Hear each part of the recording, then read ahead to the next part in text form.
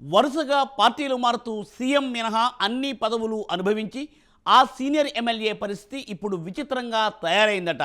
బీఆర్ఎస్లో తలనొప్పులు భరించలేక కాంగ్రెస్ పార్టీలో చేరితే ఇప్పుడు అక్కడ కూడా అదే వర్గపోరు పెద్ద తలనొప్పిగా మారిందట. ఉప ముఖ్యమంత్రితో సహా పలు పదవులు అనుభవించిన ఆ నాయకుడు ఆ ఇంటి పోరుకు ఎలా చెక్ పెట్టాలో అంతుపట్టక సతమతమవుతున్నారట.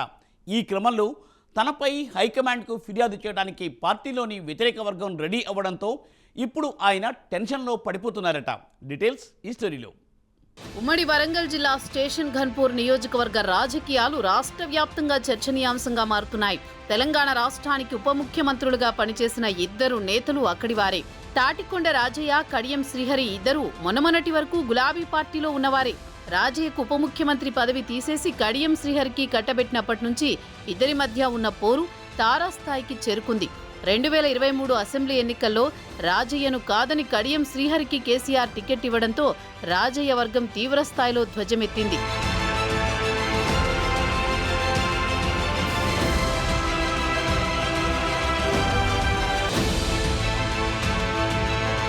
రాష్ట్రంలో మారిన రాజకీయ పరిస్థితులు, గులాబీ పార్టీ అధిష్టానం తీరుతో విసుగెత్తిన కడియం శ్రీహరి గెలిచాక హస్తం పార్టీలో చేరారు. కాంగ్రెస్ పార్టీ నుండి తన కూతురు కడియం కావ్యకి వరంగల్ ఎంపీ టికెట్ తెచ్చుకొని ఆమె విజయంలో కీలక పాత్ర పోషించారు. ఇక్కడి వరకు బాగానే ఉన్న కడియం శ్రీహరికి అసలు పంచాయతీ మళ్లీ మొదలైందట. స్టేషన్ ఘన్పూర్ నియోజకవర్గంలో గతంలో ఎన్నడూ లేని విధంగా 800 కోట్ల రూపాయల నిధులతో పలు కీలక అభివృద్ధి పనులకు సీఎం రేవంత్ రెడ్డి శంకుస్థాపన చేశారు.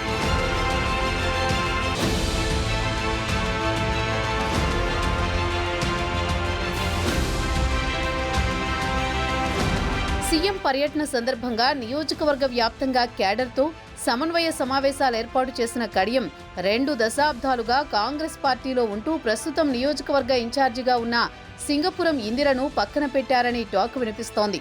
పార్టీలో చేరిన తర్వాత అందరినీ కలుపుకుపోవాల్సిన ఎమ్మెల్యే కడియం శ్రీహరి తన వర్గానికి మాత్రమే ప్రాధాన్యత ఇచ్చారని, ఇన్నాళ్లు కాంగ్రెస్ పార్టీ జెండా మోసిన కార్యకర్తలను, నాయకులను పట్టించుకోలేదని చర్చ జరుగుతోంది.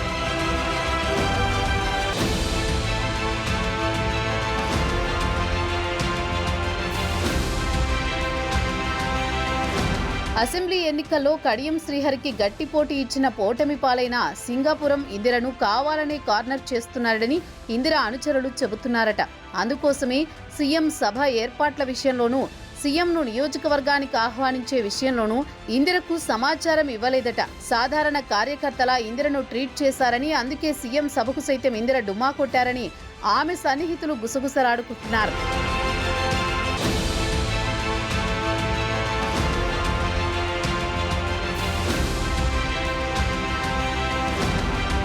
ఆ క్రమంలో స్టేషన్ ఘన్పూర్ కాంగ్రెస్లో వర్గ విభేదాలు పూర్తిగా తొలగిపోలేదనే టాక్ నడుస్తోంది.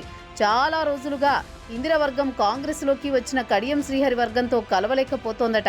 అసెంబ్లీ ఎన్నికల్లో ఓటమి తర్వాత ఇందిర తన క్యాడర్ని కాపాడుకుంటూ వచ్చే ప్రయత్నం చేశారు. మారిన రాజకీయాల నేపథ్యంలో బీఆర్ఎస్ నుంచి ఎమ్మెల్యేగా గెలిచిన కడియం శ్రీహరి పార్లమెంట్ ఎన్నికల నాటికి కాంగ్రెస్లో చేరిపోయారు. ఇక అప్పటి నుంచి వీరి మధ్య వర్గ విభేదాలు మరింత పెరిగిపోయాయంటున్నారు.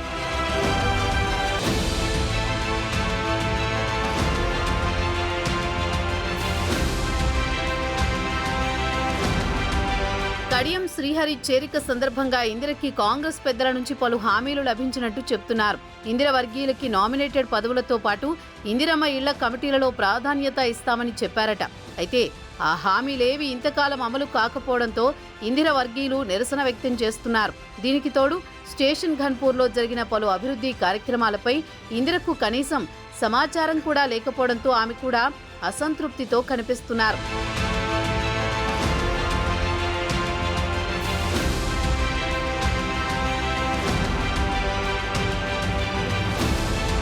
కడియం కాంగ్రెస్లో చేరే సమయంలో పార్టీలో ఇందిరకి సముచిత స్థానం కల్పించడానికి కార్పొరేషన్ చైర్మన్ పదవి ఇస్తామని కాంగ్రెస్ నాయకత్వం హామీ ఇచ్చి పార్లమెంట్ ఎన్నికల్లో పనిచేయించుకుందట. ఇప్పటి వరకు ఆమెకు ఎలాంటి పదవి రాకపోగా స్టేషన్ ఘన్పూర్లో తన వర్గం పూర్తిగా నిర్లక్ష్యానికి గురవుతుందనే ఆవేదనలో ఆమె ఉన్నారట.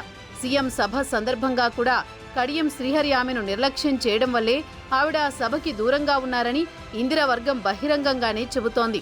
మొక్కుబడి సమాచారం మాత్రమే ఇచ్చి ఇందిరని కనీసం సభకు రాకుండా కడియం శ్రీహరి ఎత్తులు వేశారని ఇందిర వర్గం ఆగ్రహంతో ఉన్నారట.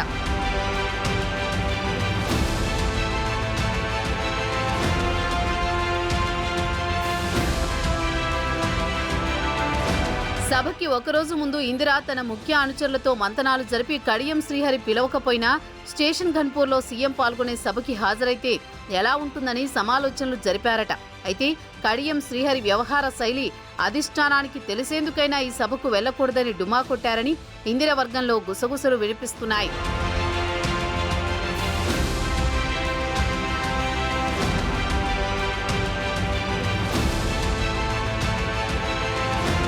కడియం శ్రీహరి తీరుతో తీవ్ర అసంతృప్తిగా ఉన్న సింగాపురం ఇందిర ఏఐసీసీ పెద్దల వద్ద తన గోడు వెళ్లబోసుకునేందుకు సిద్ధమవుతున్నారట.